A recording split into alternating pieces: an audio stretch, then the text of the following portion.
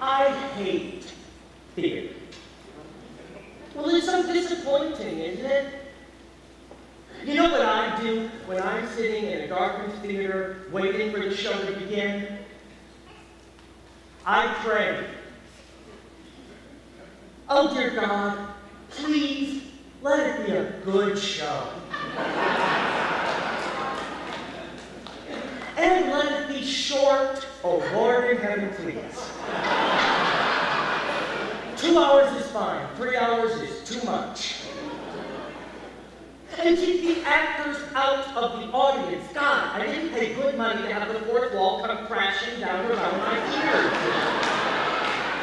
I just want a story and a few good songs to take me away. I just want to be entertained. I mean, isn't that the point?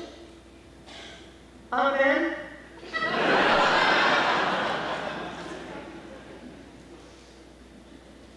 You know, there was a time when people sat in darkened theaters and thought to themselves, what have George and Ira Gershwin got for us tonight?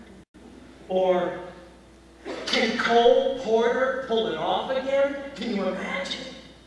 Now it's, please, Elton John must we continue the charade.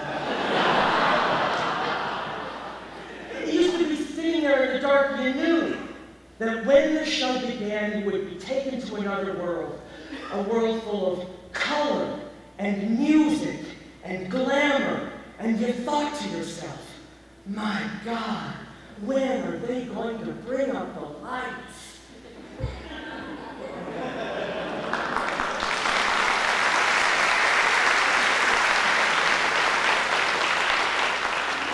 Oh, how things have changed.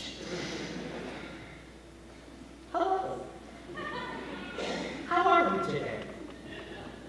I'm feeling a little blue myself. You know, a little anxious for no particular reason. A little sad that I should feel anxious at this age. You know, a little self-conscious anxiety resulting in non-specific sadness. A state that I call blue. Anyway, whenever I'm feeling this way, blue, I like to listen to my music. So I was going through my records this morning. Yes, records. And I was about to put on the soundtrack recording of Meredith Willson's The Music Man. I had a craving for a young Ronnie Howard. But then I said, no, let's have a treat. Let's disappear for a while into the decadent world of the 1920s, when the champagne flowed while the caviar chilled and all the world was a party. Well, for the wealthy, anyway. And I dug about, and what did I find but one of my favorite shows? Gable and Stein's The Drowsy Chaperone, remember? Lyrics by Julie Gable, music by Sidney Stein, yeah? It's the original two-record set remastered from the original recording made in 1928. It's the full show with the original cast, including Beatrice Stockwell as the chaperone.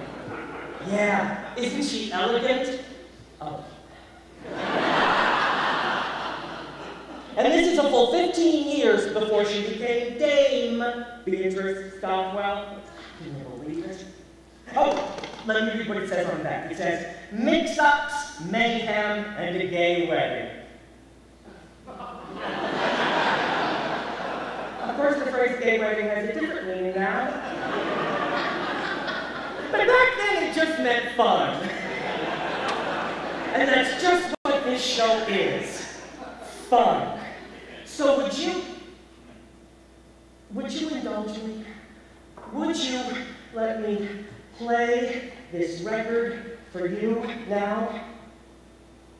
Yeah, I was hoping you would say yes.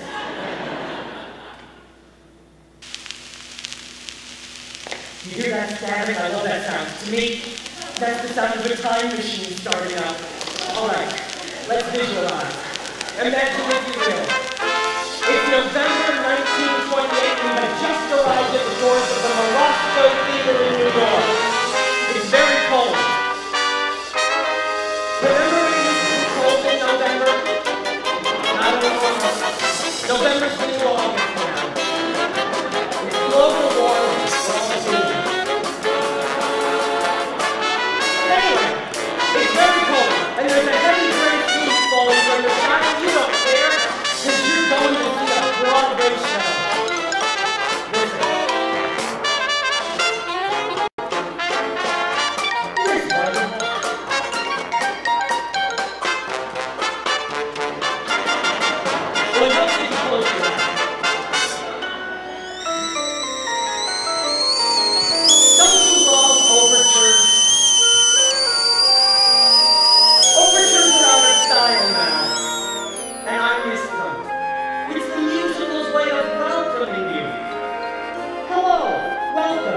Your meal will be served shortly. In the meantime, would you like an appetizer?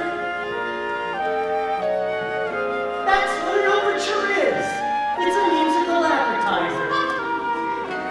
A poo-poo platter of tunes, if you will. Oh, something new. What could it be? Sounds like a dance tune. I'm frolicking. Making love in pirates. Don't worry, they won't talk. Okay, now here it comes. The moment when the music builds, and you know you're seconds away from being transported.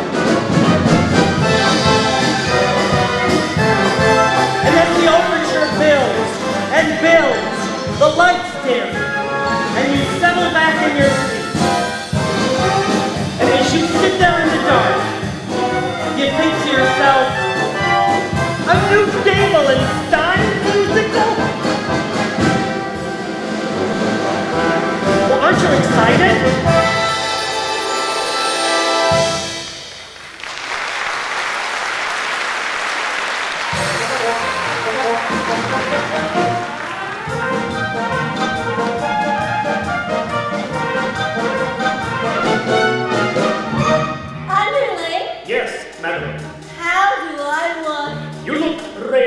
Mrs. Toppendale.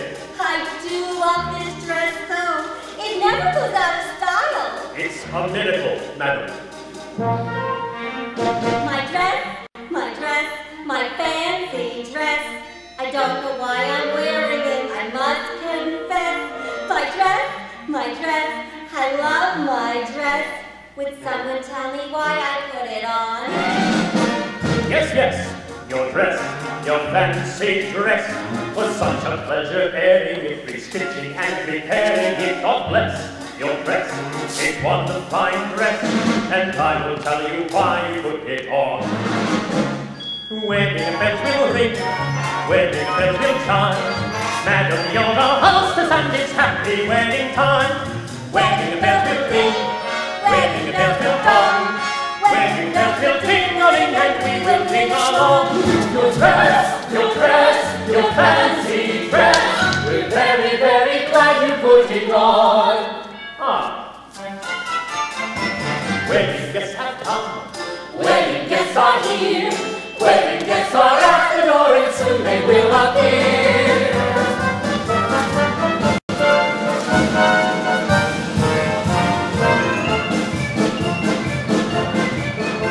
I'm Robert, the bridegroom, I'm here to marry Janet. That star of Drowsy smiles through my love. I'm George, that's George, his best man George. I'm honored to be doing what a best man ought. Miss Tottendale, now don't worry, I have this whole wedding planned out. The key is organization. See, each string represents a task yet to be completed. Yell at the florist, pay the musicians, book the minister. This whole wedding is going to run like clockwork. Oh, is there going to be a wedding? I felt sick, I do, sir. I lost my leading lady. I gotta stop this wedding or I'm not worth squat. I'm kidding, just kidding. I can't miss Mr. Fancy. I'll be a leading lady if I get my shot. We're pastry chefs. We're pastry chefs. We cross our heart. We're pastry chefs. No bakery. A bakery is what we've got. A gung-ho, my name is a gung-ho. I am the king of romance, like he said. You are the king of romance, so you kiss a lot. Wedding bells will ring, wedding bells will chime, wedding bells will celebrate a happy wedding time. Someone hasn't come, someone isn't here. Where is Janet Vandergraff and when will she appear?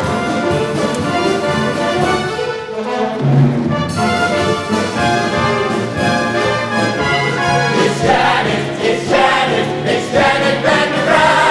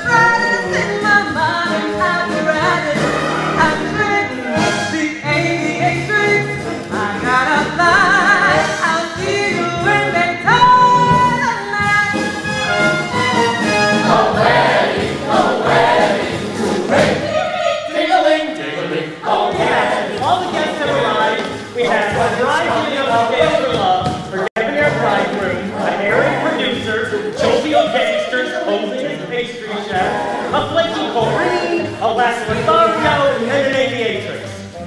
Oh, and my favorite character, the Drowsy Chaperone. What more do you need for an evening's entertainment?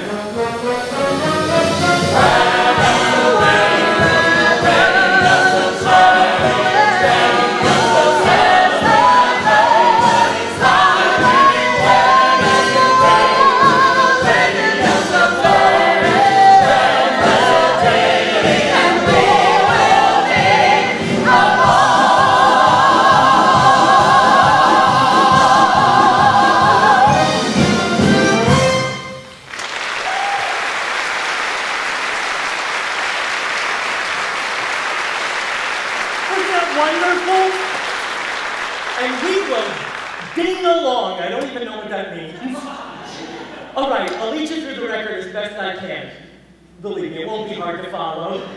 Okay, so we begin with a welcome from the love-struck groom. Well,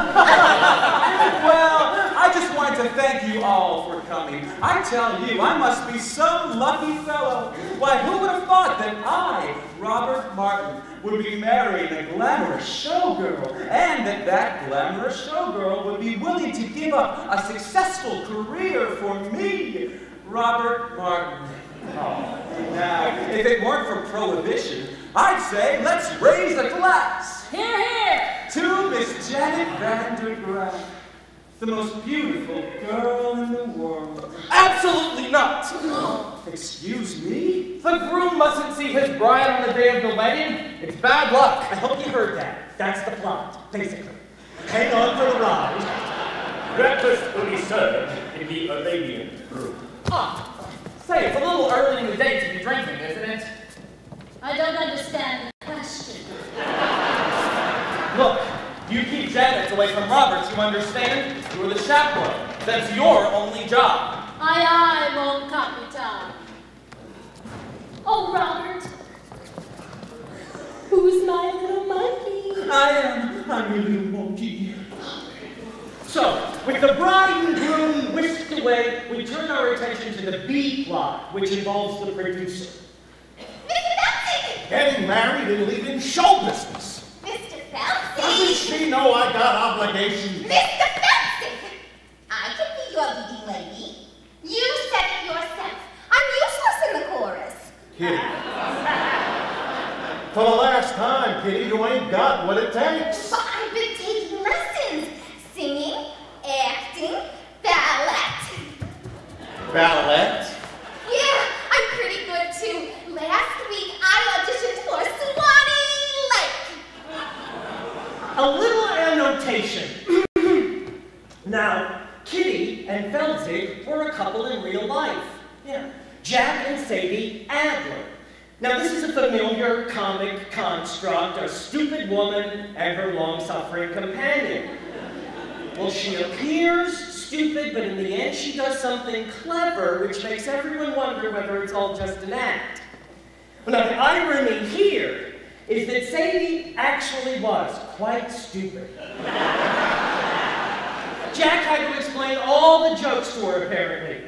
But still, she had a wonderful career on the stage. At that time, the stage was the only place where a stupid person could earn a decent living. This was before television, of course. Kitty, I don't have time for this. A penny for Mr. Phelps? Not now. Perhaps a nice profiterole. Boys, I'm not hungry. Then perhaps we could give you something else that you want. Yeah, something that ain't food. What? Your confusion is to be expected. Although we stand here before you in the guise of innocent pastry chefs, we are also, And primarily, employees of a certain individual. A certain individual? a certain individual. Who happens to be the single largest investor in the Felsic Follies. He sent us here As pastry chefs, to express his concern about Miss Vandergraaf's impending nuptials. specifically, That if she gets married and leaves the show, then there ain't no show. Say, don't I know you? No, you don't. Have you ever spent any time in Toledo? have any time in a coma? No, but I have a cousin in Seattle. Kitty? Boys, you can tell your boss not to worry. This wedding is never going to happen. You have my word. I will take your word, all right. But to go back on that word would be a recipe for disaster. Now, we hope we have made ourselves perfectly eclair. One can only hope. You've discarded it, kid. A trifle much? Don't talk with me! All right, you can drop the pastry chef routine. Alas, we Ganesh. We're on the lamb.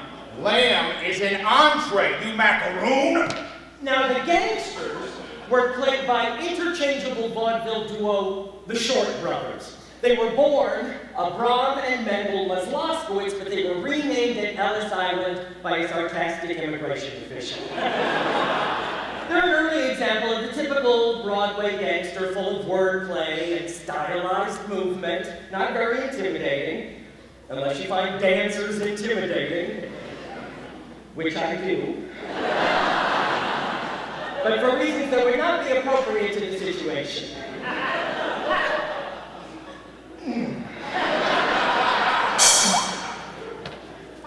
We'll leave the matter in your hands, Mr. Kelsey.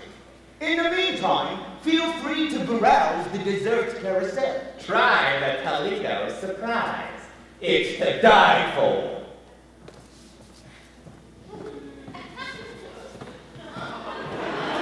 Holy cats, Mr. Felsen! They're gangsters! Very perceptive. Now go powder your face, huh? I gotta stop this wedding. But how? Oh, Lord in heaven, how? How? I always thought that moment was a bit overplayed. Oh, Lord in heaven, how? How? So, with the story well on its way, let's go to the groom's room.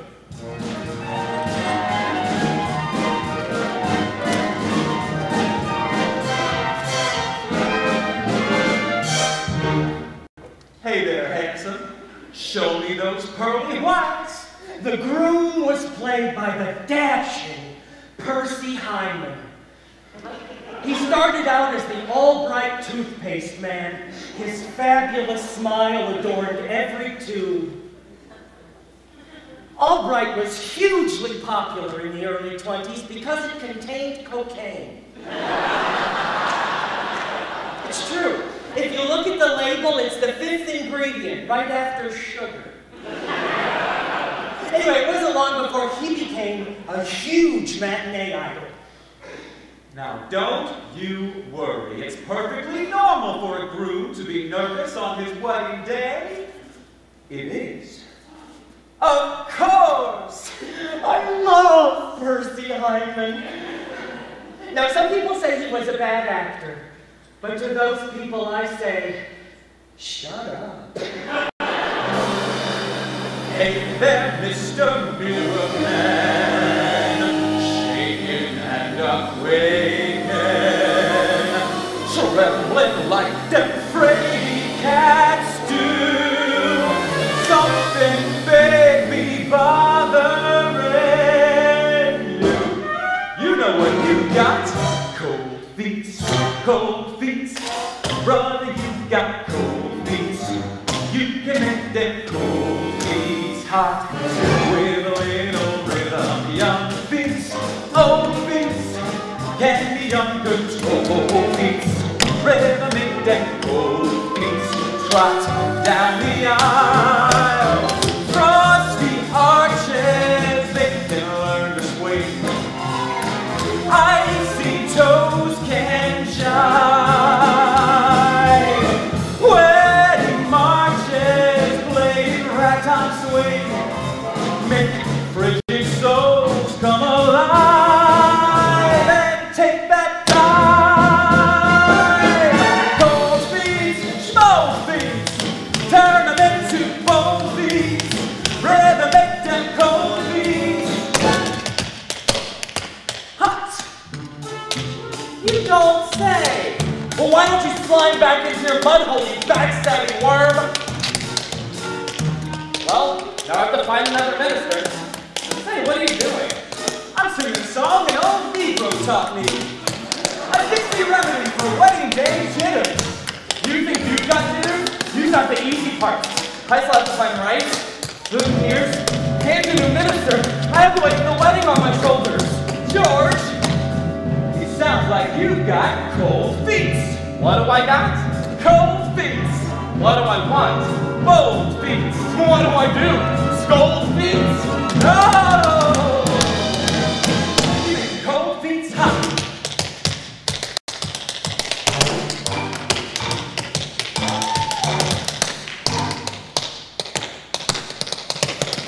George, you're dancing. I am. I am.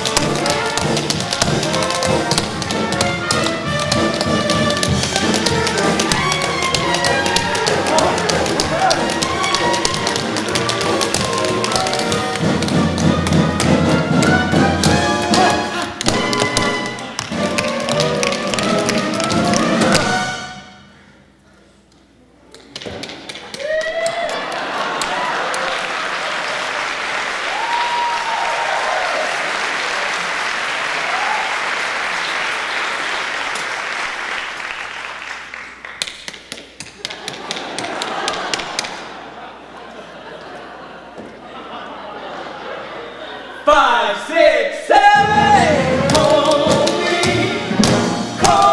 feet, turn them into cold feet. Let them make them cold feet.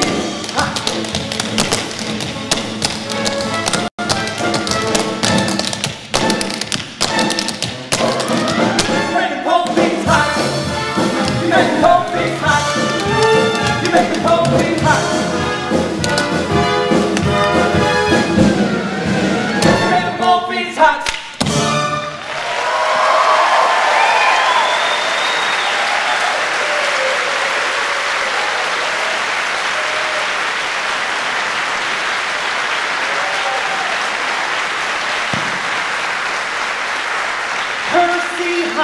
Was a wonderful performer.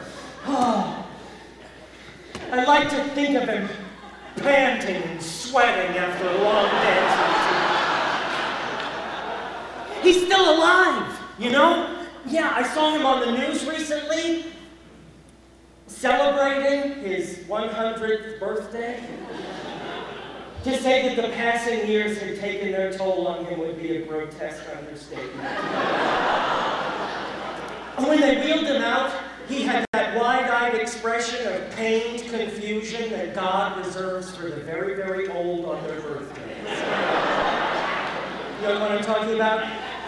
The one that says,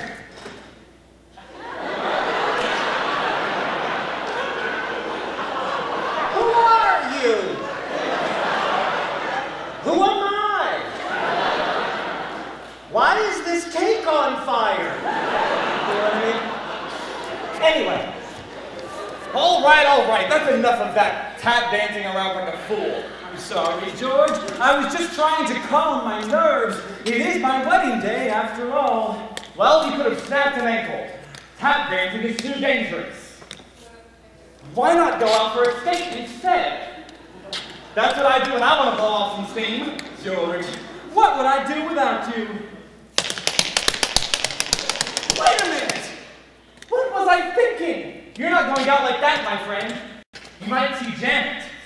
Here, put on this blindfold. George, what would I do without you? You think of everything. Just looking out for you, my boy, and to no more tap dancing.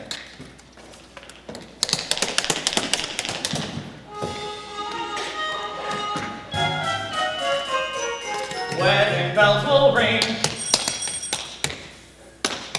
Wedding bells will chime. Wedding bells will celebrate. Just ignore it, it does this occasionally. It rings, it'll stop soon. Just ignore it. What? What do you want? Hello. You've reached my answering machine. Leave a short message after the tone and I'll call you back at my convenience. Ouch!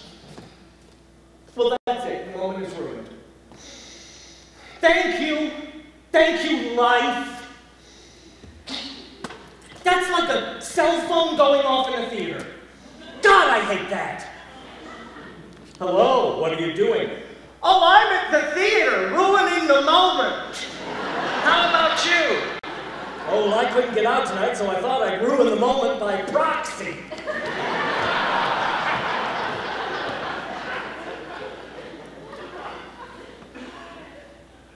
Sorry. Let's just shake that off. Let's go back in our minds to 1928. They didn't have cell phones in 1928. But I'm sure they had something for the ruining of moments. Bugles or something. Happy wedding time!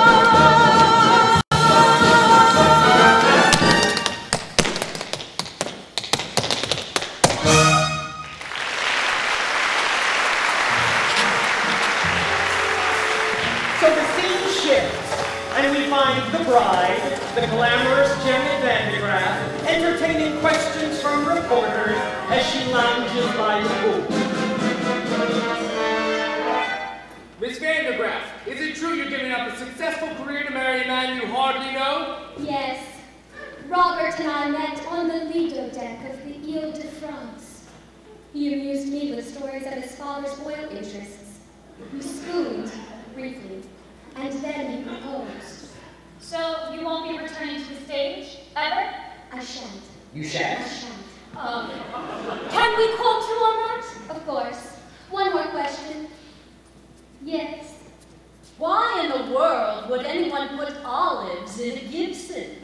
I got a question. How can you give up the footlights when you know very well you got grease paint in your veins? Mister, please. Oh, Janet, please, I'm begging you. Dump the mug, stay with the Follies. I'll give you anything you want. All right, fine. I'll put your name above mine on the marquee. Victor, if you think this is about vanity, you couldn't be more wrong. I don't want to show off no more. I don't want to sing tunes no more. I don't want to ride moons no more. I don't want to show off. I don't want to wear this no more.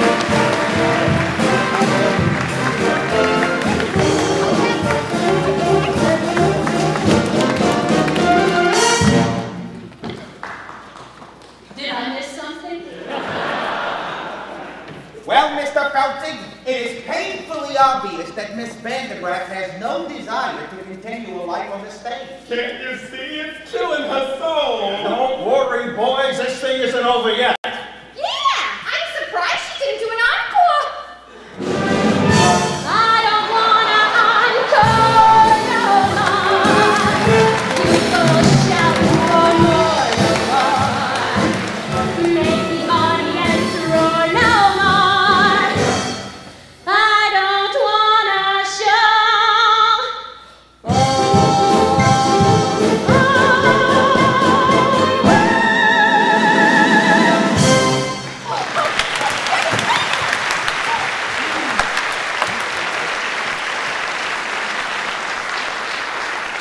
That was Jane Roberts as the bride. She was the Oops girl, remember? Well, surely you remember the Oops girl. Don't you people read?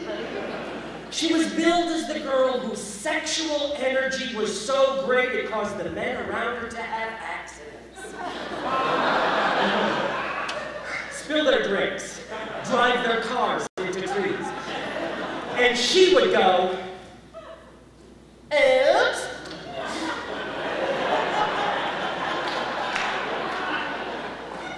Well, I'm really not doing it justice. But the people ate it up. Oh, she made a whole series of films. Oops, Oops Girl, Come Home, and Oops Girl at Sea, which won an Oscar for special effects. Okay. Begging and groveling didn't work. Now on to plan B. And for that, I'm gonna need an accomplice. Someone gullible with loose morals. What I need is what do you call him? A European. La, la, la, la, la, la, la, la, la. In walks Aldolfo, self-proclaimed ladies' man. Now, Aldolfo is played by former silent film star and world-class alcoholic, Roman Bartelli. He was the one who dragged himself to death at his chateau in Nice, remember? And it was 5 days before they found the body. And by that time, it had been partially consumed by his poodles.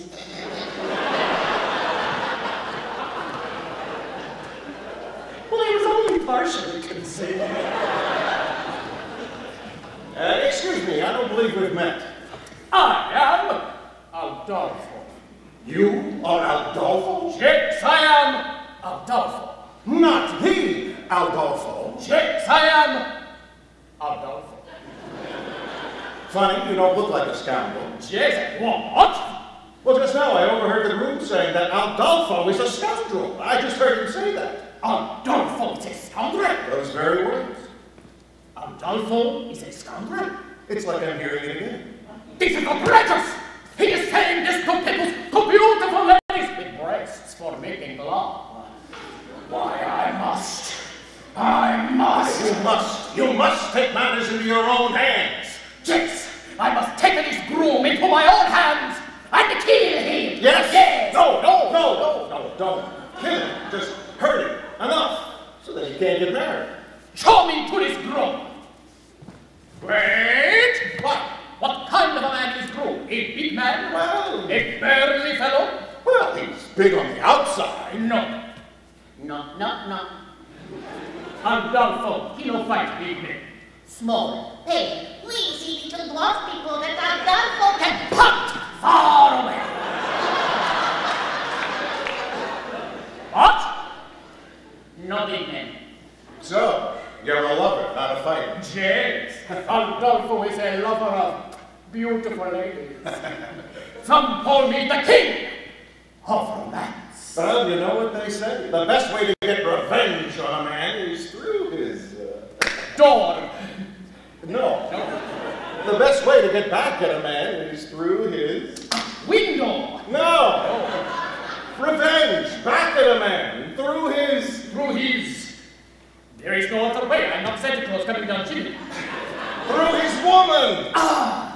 Through his woman. Yes, Aldolfo, you must seduce his woman. His woman. His bride. Yes. Adolfo will make love to bride. That will show people Adolfo is no scoundrel. Show me to this bride. Wait! What? What kind of a woman is bride? A big woman? No. A burly woman? No, she's the cat's pajamas. What? Pajamas? Oh, she's a looker. She's an attractive woman. Ah! Cat in pajamas. Adolfo will make her purr. Stop it! Like a cat in pajamas? Ah!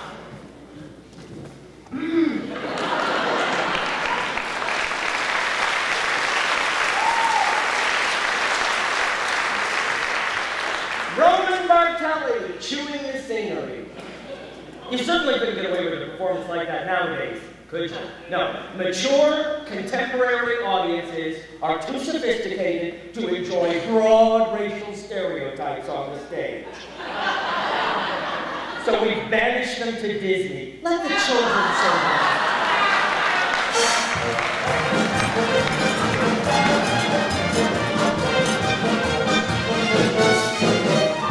Underling, Yes, madam. the pastry chef had been kind enough to provide the liquor for the party. But remember, Underling, we have to be discreet. Yes, madam. It is prohibition after all. I'm aware of that, madam. We'll use code words. For instance, if someone asks for a glass of ice water, it means they want a glass of vodka. Have you got that? Yes, madam. Are you sure? Maybe you should write it down. I understand, madam. A glass of ice water is a glass of vodka. What's a glass of ice water? Vodka. Ice water. Vodka. Ice Vodka. You see, it's settled then. One less thing to do. Underling, might I please have a glass of ice water? I found our meeting with the pastry chefs to be rather trying, and I would enjoy a refreshing glass of ice water. Your glass of ice water, madam. That was pure vodka, you poop. I hate this scene. Well, now I do need a glass of ice water. A glass of ice water, madam. Yes, ice water. Are you going deaf? Would that have worked? You can see where this is going, can't you? It's really just a series of spit takes. Your ice water, madam. That was pure vodka, you poop. You know, in some ways, the Drowsy Chaperone was quite progressive. Black actors playing the Engagers, for instance. Your ice water, madam. That was pure vodka, you poop. Some elements were progressive, others were stale in 1928. You know, I'm just going to skip ahead.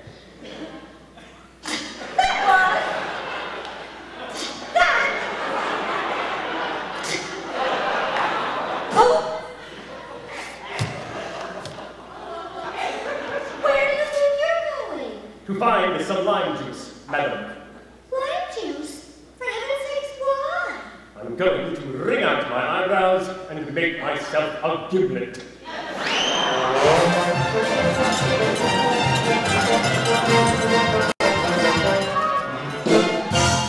Now, you're probably asking yourself, what was that routine doing in the show? Well, it's simple. There's a song coming up and they needed something to allow for a set change. It's mechanics. It's like pornography. Let me explain what I meant by that. In pornography, the story is simplistic. How do I pay for this pizza being a classic example. My point is, as in a musical, the story exists only to connect the longer, more engaging production numbers. What? I mean, what kind of a society do we live in if we can't discuss the similarities between pornography and musical theater?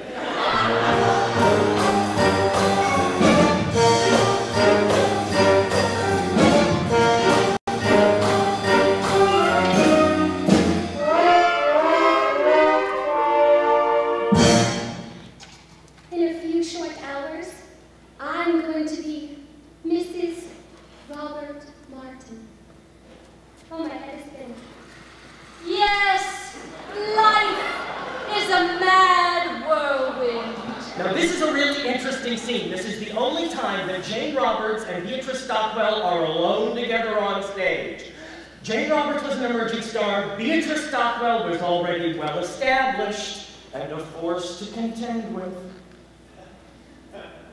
I'm so full of apprehension, but I suppose that is normal considering the circumstances. Have you ever been married, Chaperone? No. I drink for pleasure, not out of necessity. Your glass of iced water, madam. I'm afraid we're fresh out of olives. Have you ever been married, Underling? Heavens no. Madam, if I'm going to serve a woman, I prefer to be paid for my efforts. Oh, you two. I suppose it seems crazy to give up a successful career to marry a man I hardly know, but somehow, for some reason, when I look into his eyes, his big, monkey eyes, Fudgy, I get all woozy. And that's love, isn't it? Not necessarily. The wooziness could be caused by any number of things. I mean, I'm woozy right now, and I'm certainly not in love.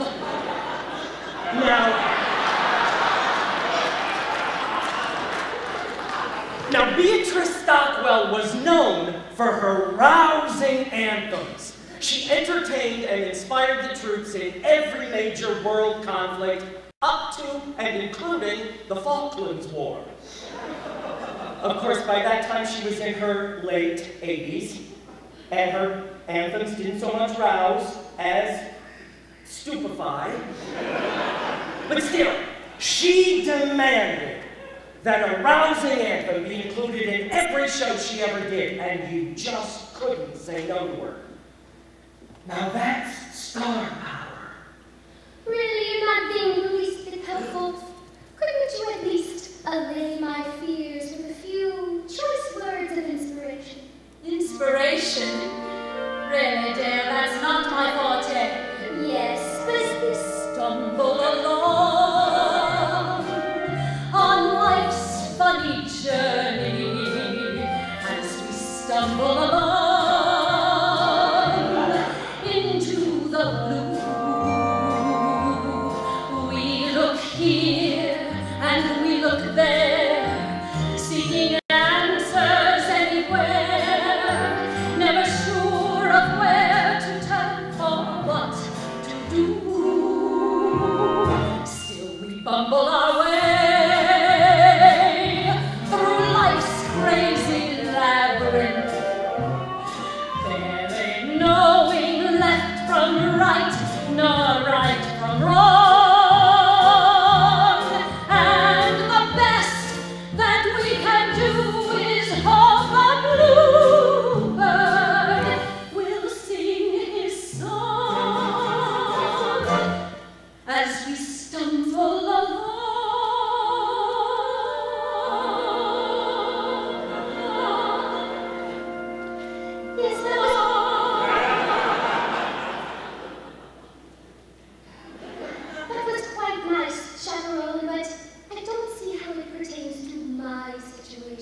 Let me explain. Really, that isn't necessary, I suppose. I was just looking for a sympathetic...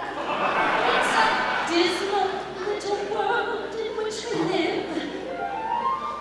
It can bore you till you've nothing left to give. 7 overrated wonders, 7 underwhelming seas, 6 excruciating continents, Antarctica. Please. Antarctica. Oh, please. Still, you mustn't let it lick you. This planet, oh so bland. Keep your eyeball on the highball in your hand. As we stumble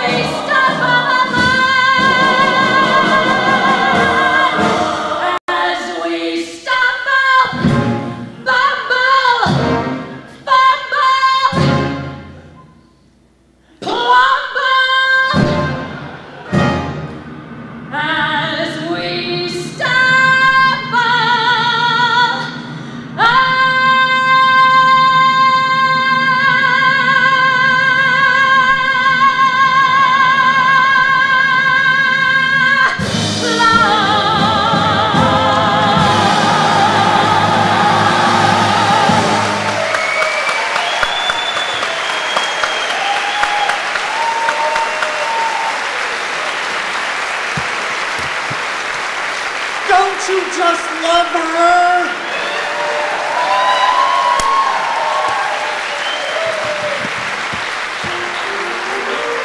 I mean, basically, she's singing a rousing anthem about alcoholism. That's what I love about her. She just does her own thing, when she wants, regardless of the needs and concerns of others. My mother was like that.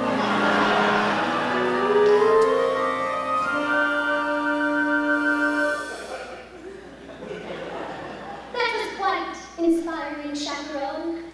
One might say rousing. But I'm still conflicted. Please, just tell me, is Robert the man for me? My dear, that's something you'll have to answer for yourself. But I just don't know if he loves me. Why don't you ask him? Why don't you say, Roger, do you love me? It's Robert. And I'm not supposed to see him. In fact, it's your job to keep me away from him. You're right. And I take my responsibility very seriously. However, I'm just at this moment feeling terribly, terribly drowsy. I'm afraid I have to have a lie you down. Now, whatever you do, don't go wandering through the garden seeking out your fiancé to find out the answer to your question upon which your future happiness depends. Oh, thank you, Chaperone. I just have to know if he loves me. Such a skinny little fool. Still, I envy her. Oh, when will love come crashing through my door? La la la la la la la la la la. Look, it's Aldolfo come to seduce the bride. I am Aldolfo. Try not to think of the poodles when you're listening. I am Aldolfo, and you are the bride. No, I am not. What? This is the bridal suite. You are the only one here. Therefore, you must be bride. Interesting argument, but I'm afraid you are a moron. What? Me no bride. Perhaps I could take a message. Yes, very good. Dear Van de Graaf bride, I must make love to you and transport you to the place of ecstasy. Sooner is better than later, stand out awful king romance. Well, you saw through my little ruse. You found me out. You are bride? Apparently, yes. Take me, old doll face. No. No. Not a doll face. Adolfo! You must remember my name. For when we are making love and you are screaming, you must say the right name or it will spoil everything. How can I make you remember?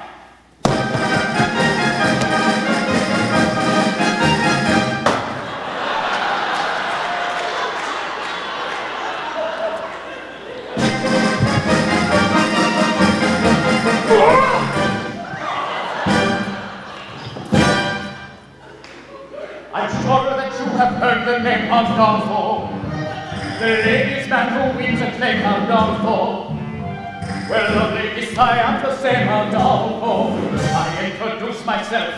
I am Adolfo. Nice to meet you. Shall we? Not so fast. So just in case you didn't hear Adolfo, I'll try to make it very clear, Adolfo. The lovely ladies always cheer Adolfo. When I repeat myself, I am Adolfo. Understood. I can sing it high, Adolfo. I can sing it low, Adolfo. I can sing it very fast. I can sing it very slowly. I will do it now.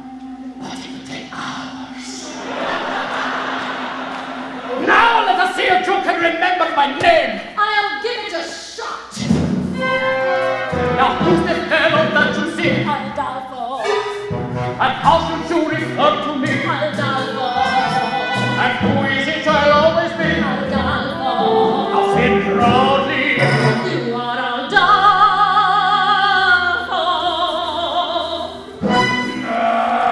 now let me spell out for Joe, for all your lovely ladies out there who did not hear for some reason, because maybe you are hard of hearing or something, I don't know. Here goes.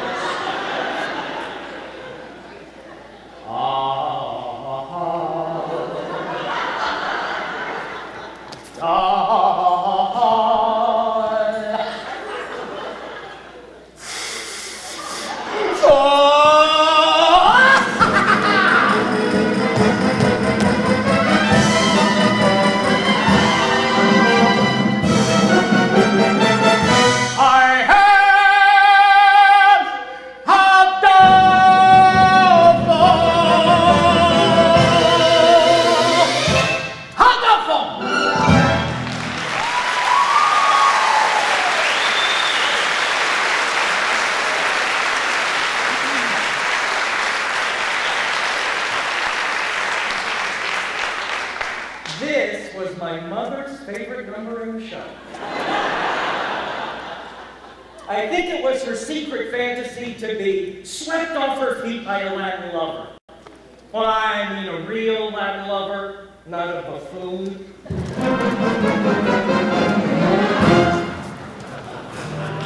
But that's what musicals are all about, right? Romantic fantasy, falling in love with the drop of the hat. Spontaneous tangoing. Suddenly finding yourself in an insanely romantic setting.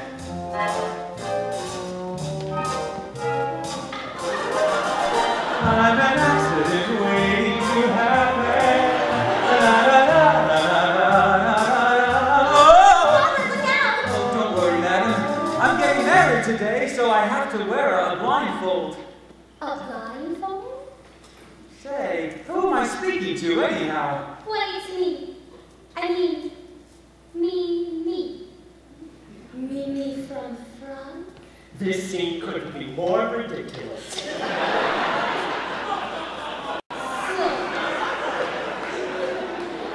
I hear you are marrying Janet Van de Graaff, no?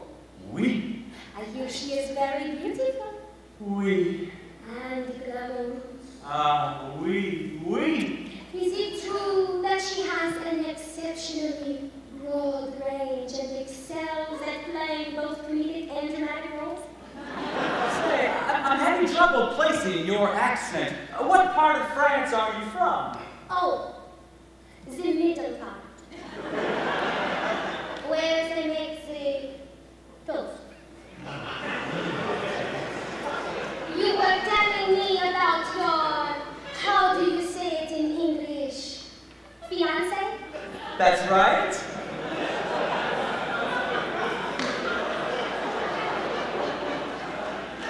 So tell me, when was the moment when you knew she was the only one for you?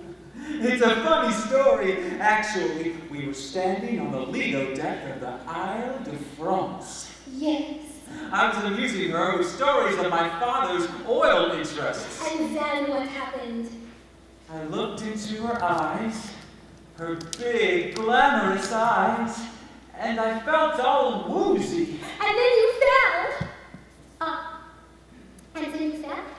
Yes, right on my keister. And then I said, well, I guess I don't have my sea legs yet. But we haven't left the dock. That's what she said. And that's when I knew it must be love. And then what happened? And then I said, there was a time I could stop on a dime. Forbearance was one of my talents. But since you've been around, I can't hold my ground. I'm consistently losing my balance. Whoa. I'm an accident waiting to happen. I'm a mishap about to ensue. I'm the toy on the stair, the three-legged chair, the hem that's been caught by a shoe. When my two lovesick arms started flapping, there was nothing my ankles could do. I'm an accident waiting to happen, so how be I happen to you?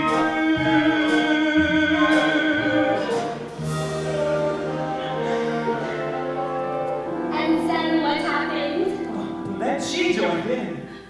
When men say I'm sweet and they fall at my feet, my heart doesn't beat any faster. But when you lose control, it touches my soul. So I'm bracing myself for disaster. You're an accident waiting to happen. That's right. Catastrophe destined to be. That's me. I'm the rags in the cellar. A broken umbrella, a branch hanging loose from a tree. I can see myself jumping and clapping for the man who lives dangerously. You're an accident waiting to happen. So hurry and happen to me.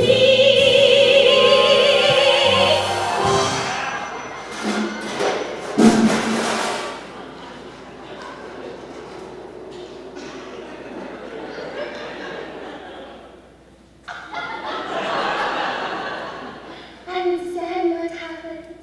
Well, then we kissed. Oh, an accident waiting to happen. So hurry and happen to me.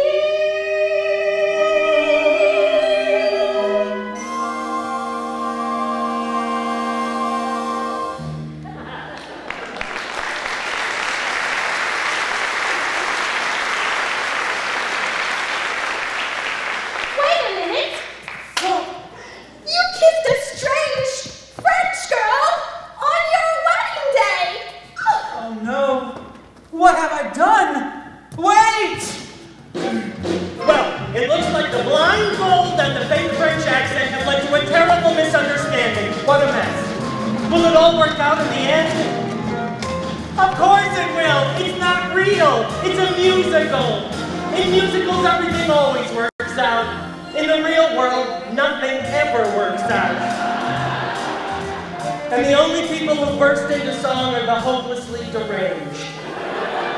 Mr. Bouncy! Where is that philandering foreigner? Mr. Bouncy! How long can it take to seduce one bride? Mr. Bouncy!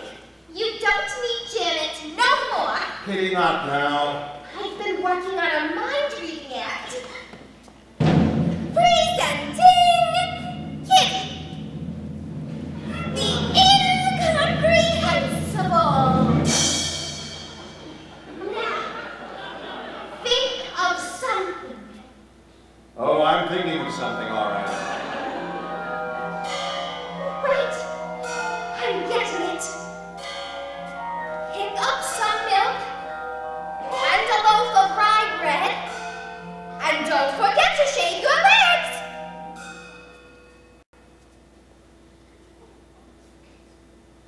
You're reading your own mind, you idiot!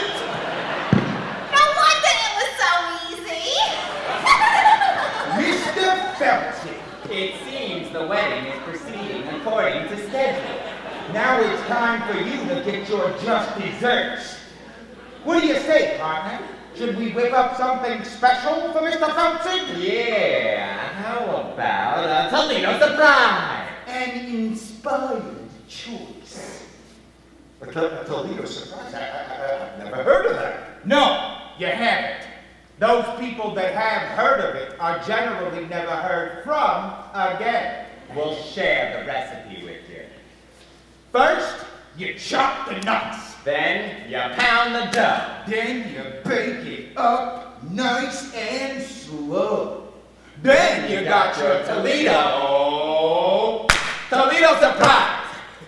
Could you run that by me again? It's a very simple recipe, Mr. Felsing. First, you chop the nuts. Then you pound the dough. Then you bake it up nice and slow. Then you got your Toledo surprise. Say, why don't we give him a little taste? All right. Hold it! What style? What grace? What rhythm? Open your fists. Now, shake them. Now, give me that recipe one more time. Da-da-da-da-da-da. Go! Chop the nuts, pound the dough, bake it up front, nice and slow. Then you got a Toledo surprise. Now, sell it! Peel the peach, peel the skin, mush it up, throw it in. That's the tasty Toledo surprise. Now your cookers, you beat it up, then you sweet it up. When you heat it up, if it tries to rise, don't let it, it's a snap. Try it, folks, whip your whites, split your yolks, then you got a Toledo surprise. You boys are naturals. Yeah, keep it up. I'll go work on the contracts. Hey! 5, 6, 7, 8. Ooh, what's going on here? Kitty, I'm developing a new act. Toledo surprise. You mean you're putting gangsters in the show and you won't put me in it? They're not even in the union. You got it all wrong. The new act? It's for you, Kitty. And these boys are your backup dancers. Backup dancers? Holy cats! Rock that hot Toledo dance to my libido. Good? Yes, DeVito. Sugar free yum yum.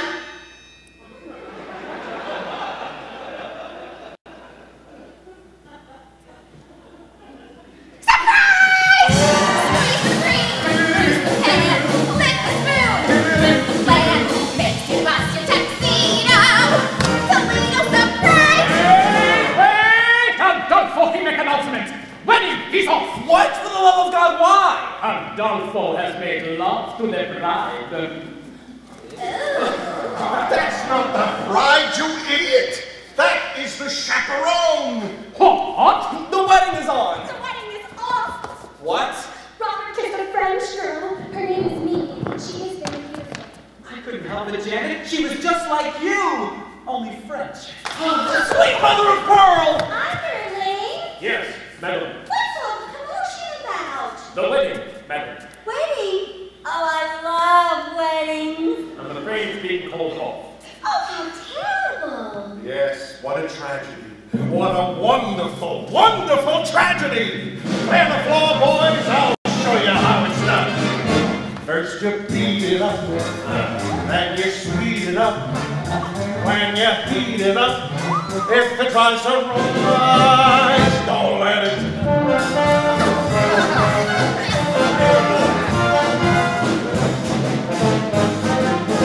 Toledo surprise. Surprise? Wait until it's ready. Surprise? Wait until it's ready. Surprise? Wait till it's ready. Now it's looking ready. Surprise! You got it. Makes me twitch, makes me shake. This dessert takes the cake. Kicks me like a torpedo. Toledo surprise. Toledo surprise.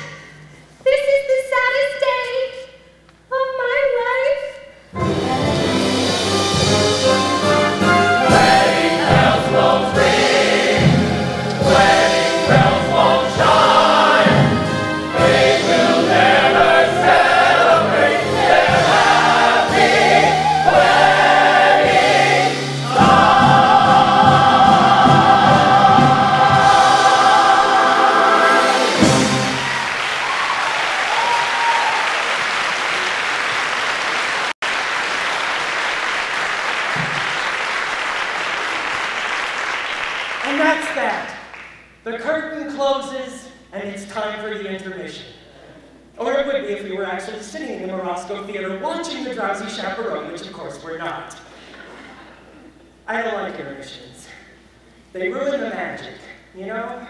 They yank you back to reality. I mean, one moment you're lost in a glamorous world of color and music, and then bang, you're surrounded by tourists. Crinkling candy wrappers and nattering about the lack of women's restrooms. It's cruel. Oh, it's a power bar. I have a little bit of a blood sugar issue. I have to eat small meals all day long, or else I get jittery. I know it's true, but you wouldn't like the alternative, believe you me. Believe you me.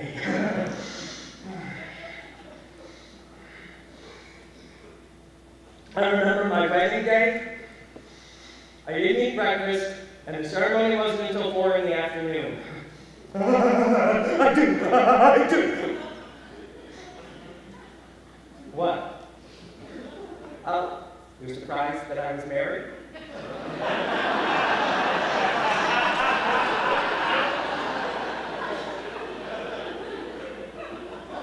Well, there you are. You shouldn't make assumptions about people, should you?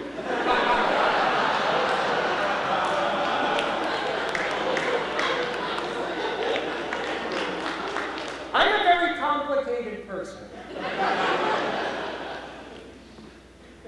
I have to pee. Okay, I'll be quick. While I'm gone, you pee too. And then when I come back, we can listen to the beginning of Act 2. No.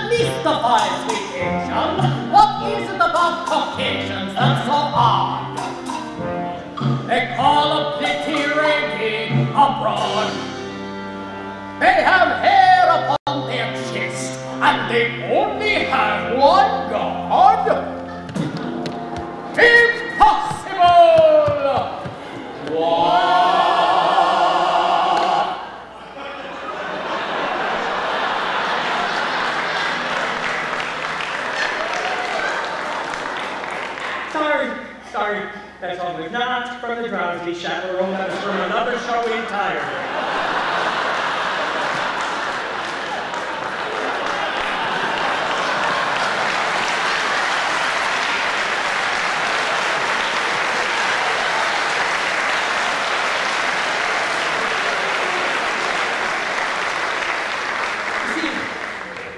I have this woman who comes in once a month. Can you say that? I have. Oh. she cleans all the things that I absolutely refuse to clean, and she does a very good job. Except she has this annoying habit of putting my records away, and in the wrong sleeves.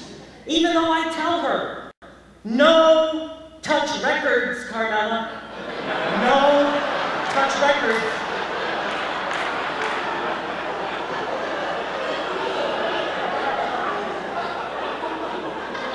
I suppose if I spoke to her in complete sentences, she'd stop touching my records.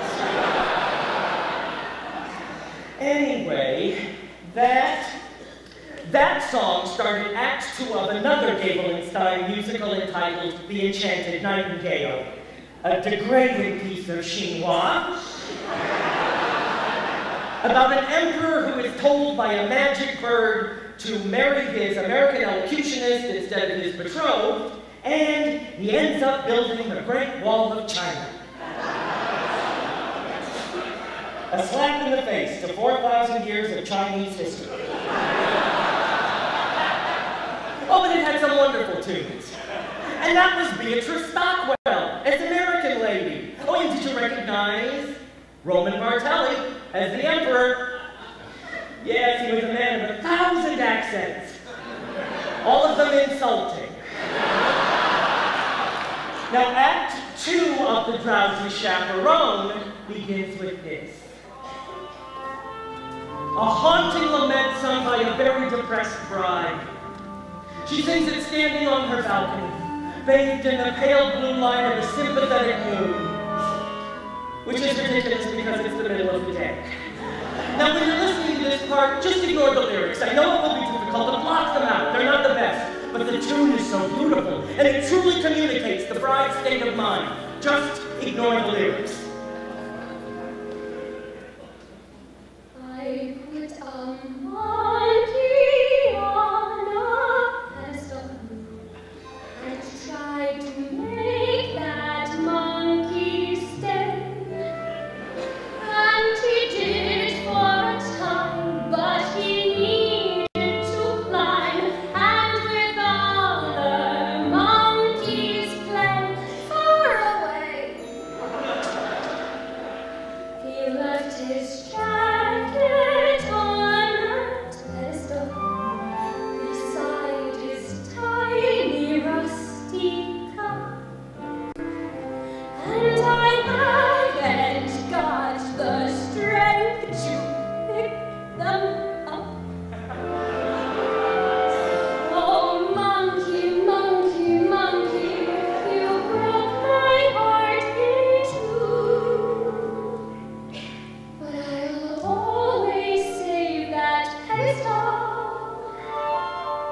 for you. I'm just gonna pour myself a brandy. Come, my little monkey. Come, my little monkey. The melody is so simple it just floats in the air.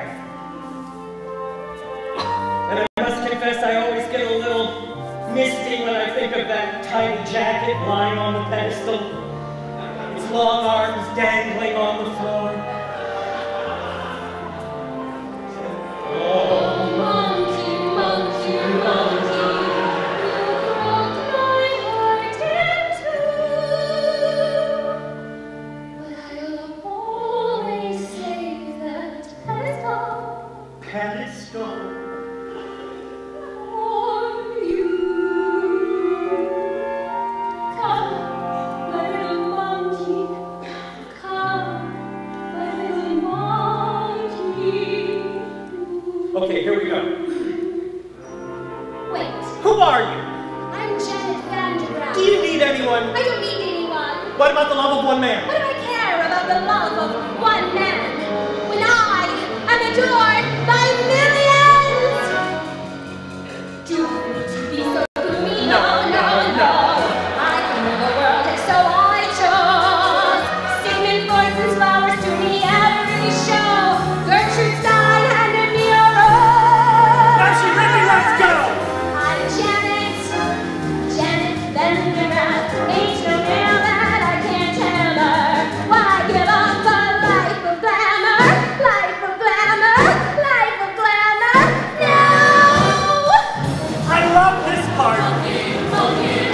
a complete mental breakdown. I'm an accident waiting to happen. I don't want to show off no more. I don't want to spread mirth no more. The quick is gone first no more. I don't wanna, I don't wanna show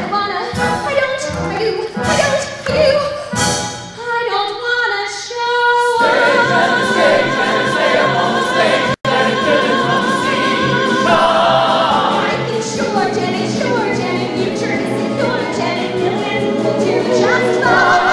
But any future I could never dare to share includes just one two-time cat who drives me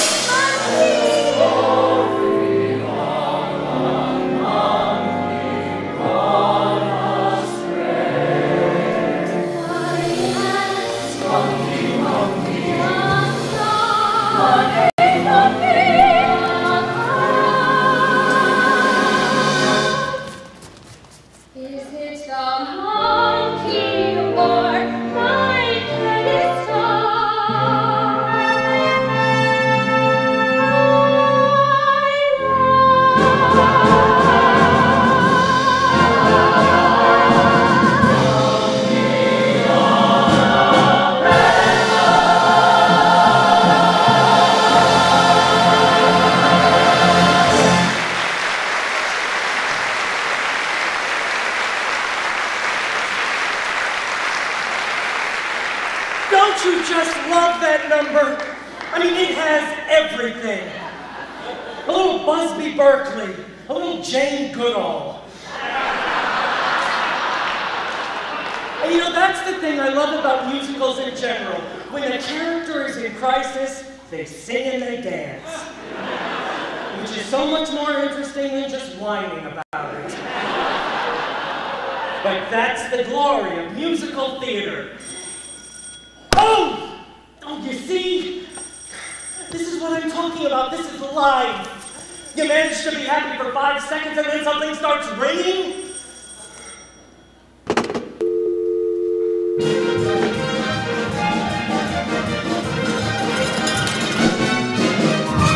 What a beautiful day for a wedding. Shall I have the pews removed now, or would you prefer I wait until morning? Okay, I'm gonna stop here because I don't want this number interrupted by a ringing telephone. Here we have 2 vaudeville performers who have slipped through the cracks of time. They are Ukulele Lil and Noel Fitzpatrick. I don't know anything about them. I suppose Ukulele Lil played the ukulele, although she doesn't in this show. I tried to find out more about her. I went through all my books. I even went on the internet. But all my searches ended with Tiny Tim's autopsy photographs. Anyway, they are both charming. Why would you have the pews removed? The bride has called off the wedding, madam. Oh, underling, never listen to a bride on her wedding day. Why, on my wedding day, I was completely incoherent. Remember? It seems like only yesterday. Love is a very complex emotion, underling. Yes, madam. You can be very close to someone one minute, and the next minute, well, you just want to strangle them. Do you understand? I am familiar with the urge to strangle. Yes. You see, that's just the nature of love. Love makes lovers worry. Love makes lovers fret. But here's a fact on which we can depend. Just like long ago when Romeo loved Juliet, love is always lovely in the end. But Romeo and Juliet was a tragedy, madam. Oh, I never read reviews. Love can start a quarrel, love can cause a din, but love has always been a trusted friend. 'Twas a happy fate for Hank and Anne Boleyn. Love is always lovely in the end. Might I remind you, madam, that Anne Boleyn lost her head? Yes, she was in love. Love was good to Eve and Adam. Here we go again. And Samson and Delilah too. Good grief! May I pose a question, madam? Well, yes, of course. Why does nothing I say to you ever get through? Don't mind if I do.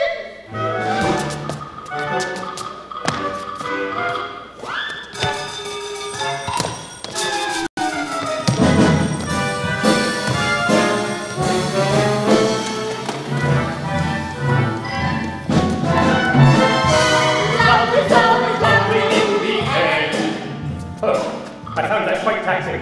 Excuse me, madam, while I pour myself a glass of ice water. Love sticks up behind you, love drops from above, but love would never consciously offend. Love has certainly been kind to me, and my true love, love is always lovely in the end. But your late husband was a brute. Oh, I don't mean to be you, silly coot. Love is always lovely. Lovely, lovely, lovely. Love is always lovely in the end. Love is always lovely in the end.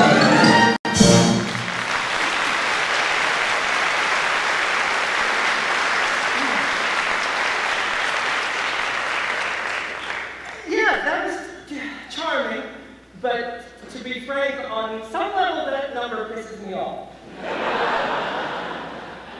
Now I'm going to say something here, and yes, I know I've been drinking, but I'm going to go out on a limb here and say love is not always lovely in the end. Often in the end, there are lawyers. And another thing. Surely someone was aware of the awkward sexual connotation of that title. Love is always lovely in the end. I mean, is it just me? I guess what I'm saying here is that number is naive and irresponsibly so. Well, I'm sorry. I just thought that needed to be said for the benefit of the young.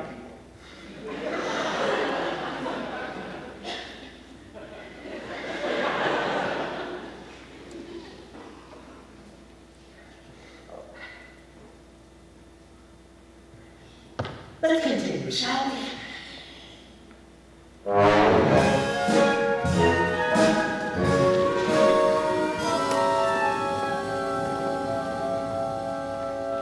There you are. Oh, Chaperone, I'm in a terrible state. You certainly are. You can't go to the wedding dressed like that. Oh, you poor dear. Haven't you heard?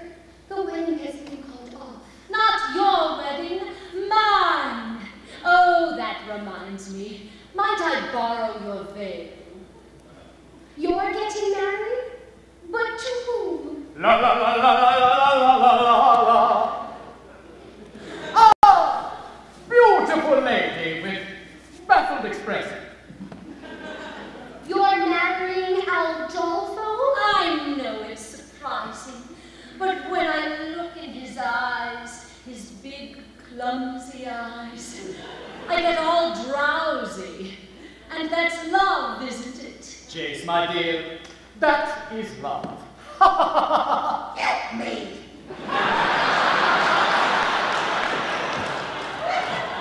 There you are. All right, I'm going to put all my cards on the table. I got a weak heart. It can't take the pressure. If this goes on any longer, the old ticker's going to give out. Please, tell me, is there going to be a wedding or not? Yes. Well, thank the good Lord in heaven. Aldolfo and the chaperone are getting married. What? There you are! I have wonderful news. going to be a wedding. We know. You know? Yes, we just heard. But who told you? I did.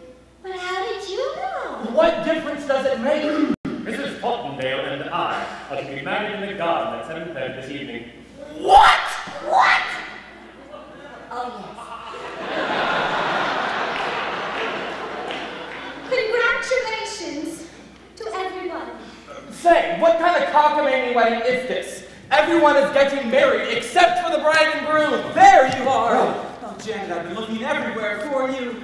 Hello, Mr. Martin. Please don't be that way. Can't you find it in your heart to marry me? Janet, it's our wedding day. George has gone to all of this trouble, and, well, I do love you. More than I can say. But you kissed another woman. Yes, and I just can't understand it.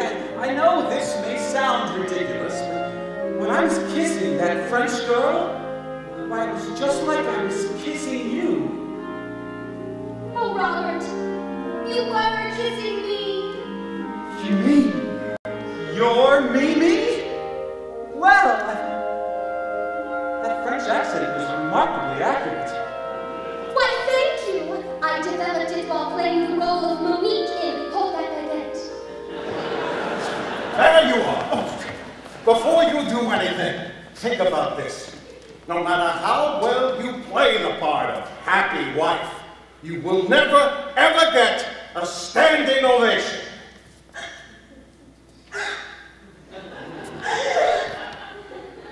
Oh, I just a minute. Oh, I'm so confused. Chaperone, just this once, I beg you, please, give me some advice that is coherent and appropriate to the situation. Should I marry Robert? Now here comes a moment that I have become obsessed with. Not only the culmination of the plot, but a moment that has fascinated me more than any other, and that has brought me back to this record over and over again. Here it comes. Well, my advice to you is... This is it. Listen. While you can. You see, you can't quite make out what she says. Because somebody drops a cane. Listen, I'll play it for you again. While you can. Is she saying, live while you can, or leave while you can? While you can.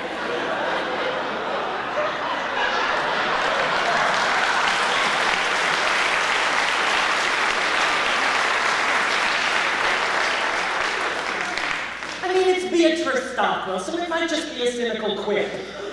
But it's a wedding, after all, and that's exactly what you think when you're standing at the altar, isn't it? Live or leave. And you have to live because, well, you do love her in some way. It's not an exact science. An arrow doesn't come down out of the sky and point to the one you're supposed to be with. So one day you say it to someone, you say, I love you, and you basically phrase it as a question. But they accept it as fact, and then suddenly there she is, standing in front of you in a $3,000 dress with tears in her eyes. And her nephew made the chuppah. So what do? Do you say, I was kidding? I was joking? No, you can't. You live, right? You choose to live. And for a couple of months, you look at that alien form lying in bed beside you, and you think to yourself, who are you? Who are you? And one day you say it out loud. And then it's a trial separation and couples counseling. And all your conversations are about her eating disorder and your Zoloft addiction. And you are constantly redefining and reevaluating and revisiting before you finally lose the deposit on the house. And then the whole relationship ends on a particularly ugly note with your only copy of Gypsy spinning through the air and smashing against the living room wall. But still, in a broader sense, in a larger sense, it's better to have lived than left, right? While you can. You have no idea how many times I've listened to that. Oh, Chaperone, you certainly have a way with words. Robert, my answer is yes. I will marry you. Wonderful! Wonderful! Well, Mr. Feldzig, it looks like this wedding is a done deal. Now you're in trouble. And there's nothing you can do about it. But there is.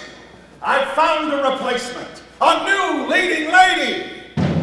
Presenting Kitty, the Incredible.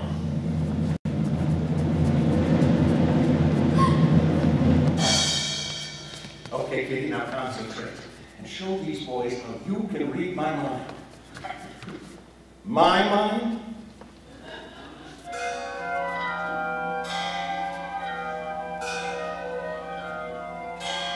Kitty, will you marry me? Holy kids, Mr. Feldsing! Yes!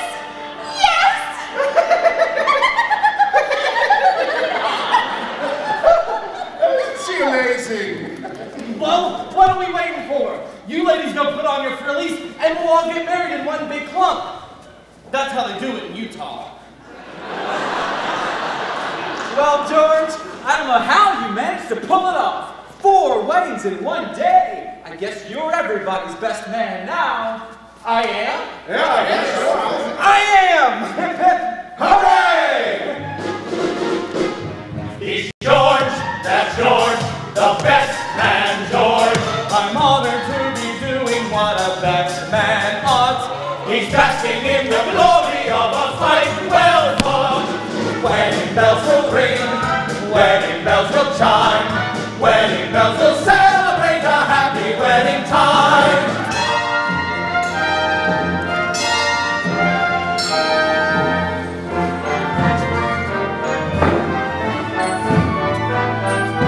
Wedding bells will celebrate a happy wedding. Minister, you may begin. Oh no, I forgot the minister!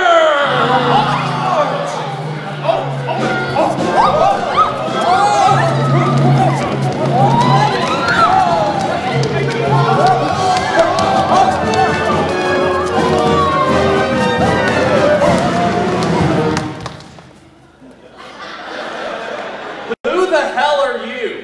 I'm Trix, the alien Trix, queen of the sky. To Rio I was wending when my engine needed mending. I'll fix my navigatrix, and then I'll fly and let you lovers tie the knot. So sorry to crash your party, folks, but we'll have this fixed in 2 shakes, and then it's off to Rio for carnival. Wait! The captain of a ship can perform a marriage? Yes! And a pilot is comparable to a captain. Yes! And a plane is a kind of a jeep. A jeep of the air. Some people call it an air jeep. Oh, shit! Yes! Wait! I got it! Trix, you can marry everyone on the plane, and then we'll all have the honeymoon in Rio!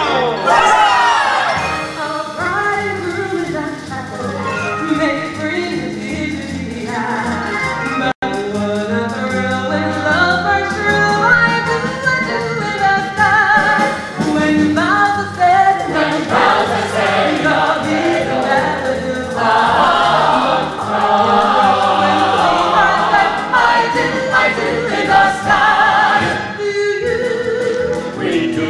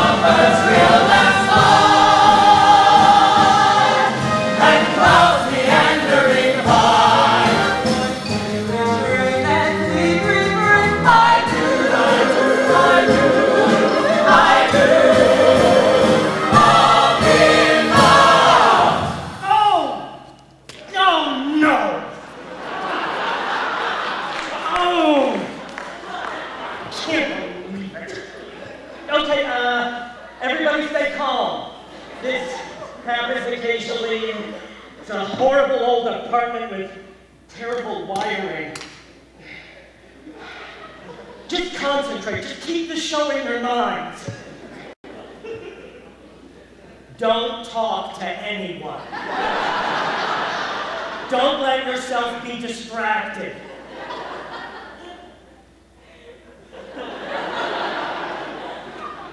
I'll find a fuse box. Everybody quiet. It's a super! Oh! Oh.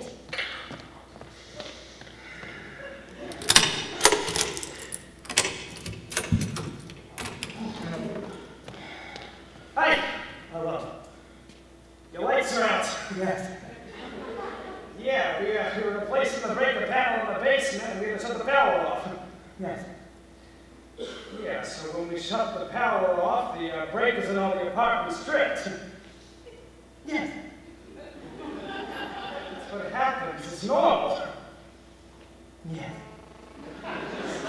So I gotta reset your breakers. No. Only take a second. All right. Yeah, I tried calling you before earlier, but there was no answer. Oh, I'm having a problem with my phone. Here we go.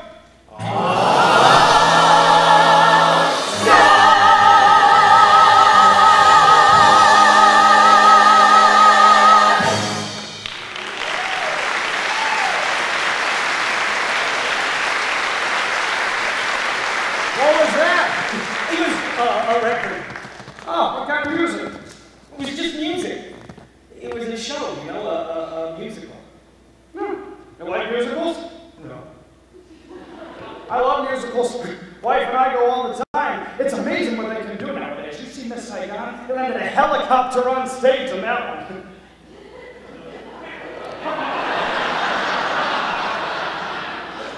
Yeah, I've seen them all. Cats, Les Mis, Saturday Night Fever. I like the movie better. This show better. Yeah.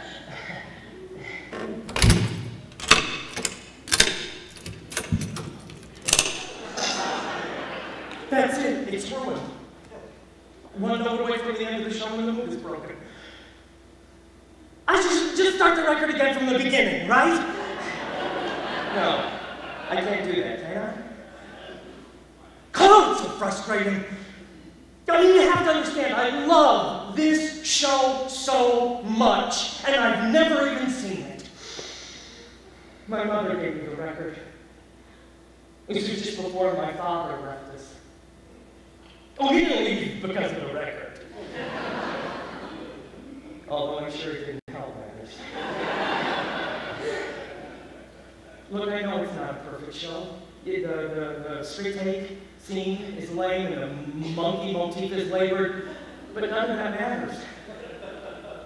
It does what a show is supposed to do. It takes you to another world. You know, and it gives you a little tune to carry with you in your head, you know?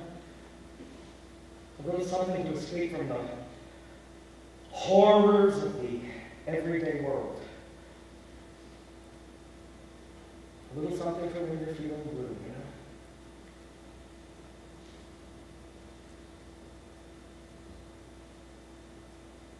As we stumble along on life's funny journey, as we stumble along into the blue, we look here and we look there, seeking answers anywhere, never knowing where to turn.